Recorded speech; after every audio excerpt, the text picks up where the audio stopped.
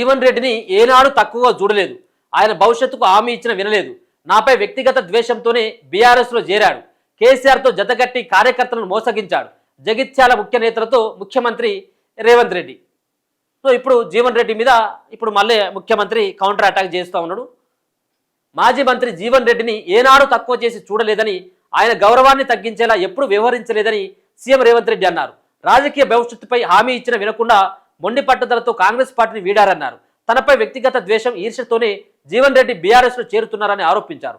గతంలో టీపీసీసీ అధ్యక్ష పదవికి జీవన్ రెడ్డి కోరుకున్నారని, కానీ పార్టీ నాయకులు, కార్యకర్తల మద్దతుతో ఆ పదవి తనను వరించిందని అన్నారు.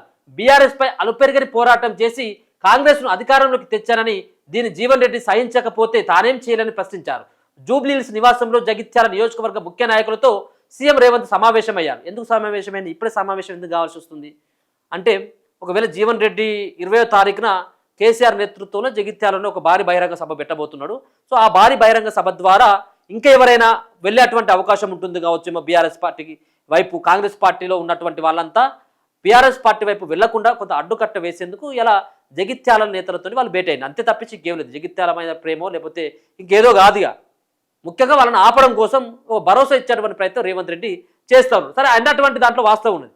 ఇప్పుడు రేవంత్ రెడ్డి విషయంలో మనం మాట్లాడుకోవాల్సింది ఏంటంటే, సరే ఏ మాటకు ఆ మాట మాట్లాడుకోవాలి. రేవంత్ రెడ్డి వీరుడు సూర్యుడు అని నేను ఎప్పుడు కూడా చెప్పలేను కూడా. ఎందుకంటే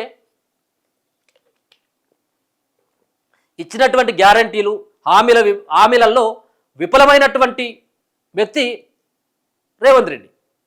ఫెయిల్యూర్ అయిపోయింది. 2.5-3 సంవత్సరాలకే ఫెయిల్యూర్ అయిపోయింది. కానీ సరే, అది వేరు. ప్రతిపక్షాలు వీటిని ఏమైనా క్యాచ్ చేసుకుంటున్నాయంటే ఇంకా దరిద్రమైనటువంటి స్థితిలో ఉన్నాయి.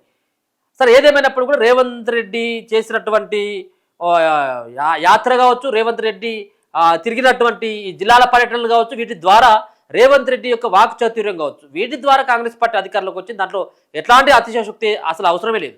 రేవంత్ రెడ్డి కనుక లేకపోయినట్లయితే కాంగ్రెస్ పార్టీ మళ్ళీ అధికారానికి దగ్గర కూడా కాకపోవు.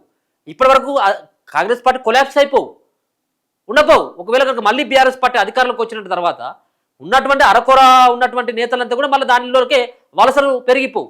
సో ఆయన ద్వారా రాష్ట్రంలో కాంగ్రెస్ పార్టీ అధికారంలోకి వచ్చింది. దాంట్లో అది వేరు. సరే, ఏదేమైనప్పుడు కూడా జీవన్ రెడ్డికి కాంగ్రెస్ పార్టీ చాలాసార్లు అవకాశాలు ఇచ్చింది. 14 సార్లు టికెట్ ఇచ్చింది. మొన్న జరిగినటువంటి అసెంబ్లీ ఎన్నికల్లో ఓడిపోతే ఎంపీగా మళ్ళీ అవకాశం ఇచ్చింది. ఎవరికి కూడా అవకాశం ఇవ్వలేదు. ఒకసారి ఎమ్మెల్యేగా ఓడిపోయినటువంటి వ్యక్తులకి మరోసారి టికెట్ ఇవ్వలేదు. కేవలం జీవన్ రెడ్డికి మాత్రమే ఇచ్చింది.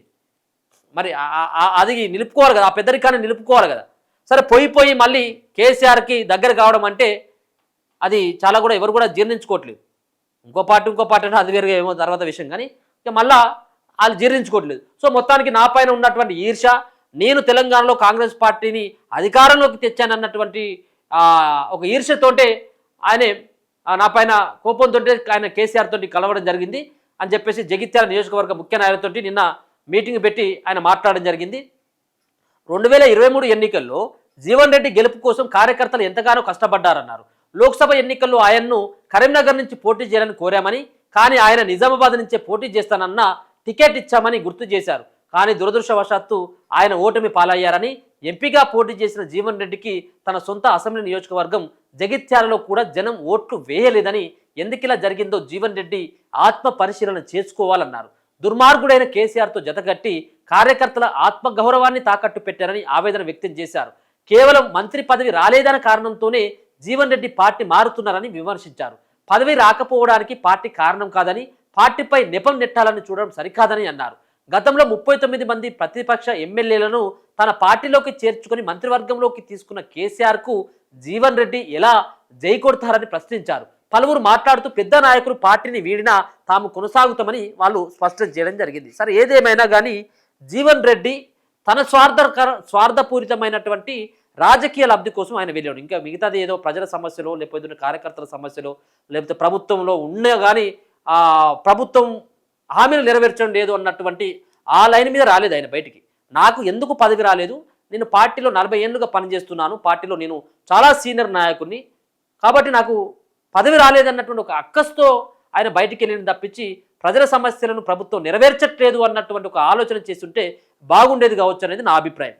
సరే, మరి జగిత్యాలలో కాంగ్రెస్ పార్టీని ఆదరించినటువంటి వ్యక్తిని, అలాగే కాంగ్రెస్ పార్టీ రాష్ట్రంలో అంత ఊపు మీద ఉన్నప్పుడే మరి గెలవనటువంటి జీవన్ రెడ్డిని రేపు బీఆర్ఎస్ పార్టీలోకి వెళ్ళిన తర్వాత ఏ విధంగా ఆ ప్రజలు ఆశీర్వదించేటువంటి అవకాశం ఉంటుంది, జీవన్ రెడ్డి యొక్క ప్రయాణం ఏ విధంగా ఉండబోతా ఉన్నది, అక్కడ ఉన్నటువంటి పిసిసి అధ్యక్షుడిగా పనిచేసినటువంటి పొన్నాల లక్ష్మయ్యకు పట్టినటువంటి గతే రేపు జీవన్ రెడ్డికి కూడా పట్టబోతుంది అని చెప్పేసి జోస్యం చెప్తున్నటువంటి మాటలు ఏమైనా నిజం కాబోతా ఉన్నాయా, కాంగ్రెస్ పార్టీకి సంబంధించిన నేతలు మాట్లాడినటువంటి మాటలు అనేది మనం భవిష్యత్తులో చూడబోతా ఉన్నాం అనేది మనకు స్పష్టంగా కనబడతా ఉన్నది. చూడాలి మరి ముఖ్యమంత్రి రేవంత్ రెడ్డి కూడా మొదటిసారి జీవన్ రెడ్డి సంబంధించినటువంటి చేరిక పైన ఆయన కూడా స్పందించడం జరిగింది.